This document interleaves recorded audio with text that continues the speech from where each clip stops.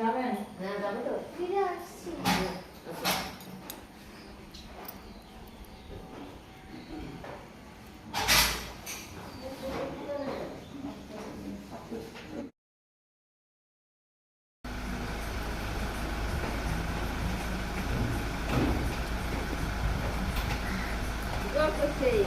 হ্যাঁ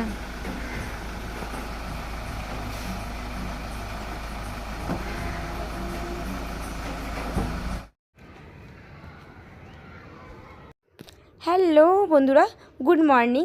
তো আবার চলে এসেছি একটা নতুন ব্লগ নিয়ে। তো এটা হচ্ছে সেই মঙ্গলবারের ব্লগ। তো এখন আমি জামা কাপড়গুলো ছাদের মধ্যে মেলে নিচ্ছিলাম। এগুলো আগের দিনের ধোয়া কাপড়, তো রোদ ওঠেনি, তো সেই জন্য একটু ছাদের মধ্যে হাওয়াতেই দিলাম আর কি। তো সকাল সকাল দেখলে সবাই বাড়ি থেকে বেরিয়ে গেল।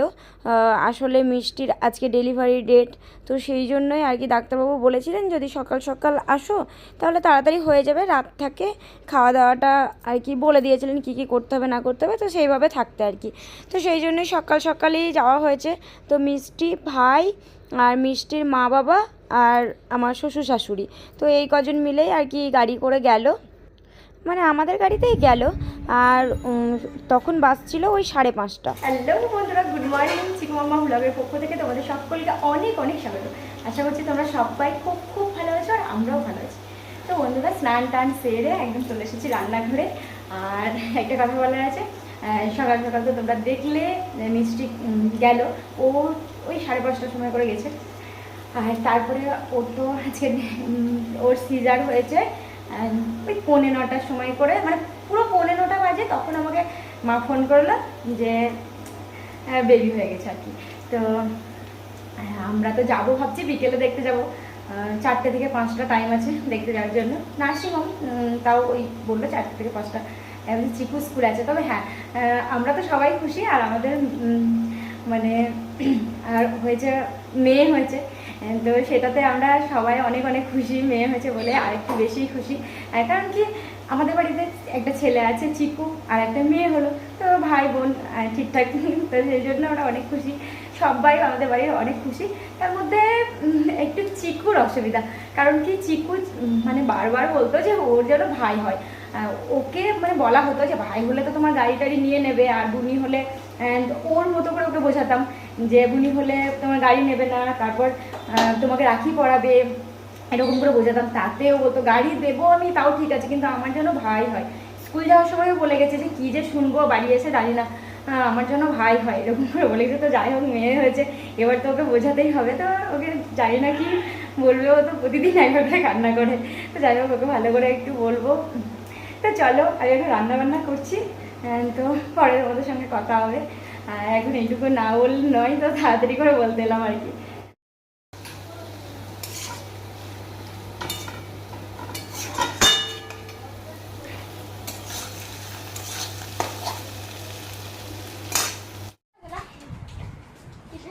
ভাই না, হ্যাঁ না না তাহলে বুনি না, বুনি হাত দাও হাত দাও হাত দাও না না কিছু না, তাহলে কি দিয়ে কি বললা জেঠু, কাছাটা নিয়ে গেছিলে গো আমার। তো এখন হয়ে গেছে একদম 4:30। আর চিকুর তো পড়া আছে, ওর আন্টিকে বললাম 6টার সময় আসতে। আর আমি একটু রেডি হলাম, আমি চিকু বাবা আমরা তো যাবো ওই নার্সিংহোমে। তো গিয়ে তোমাদেরকে দেখাবো। তো চলো সাথে থাকো, কিছু কিছু জিনিস নিয়ে যেতে বলা হয়েছে, সেগুলো নিয়ে যাচ্ছে আর কি।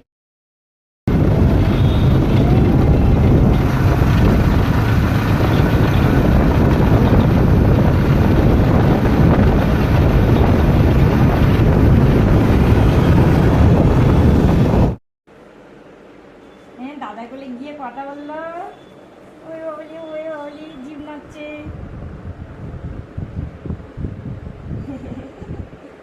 কান্দে গো কান্দে কান্দে।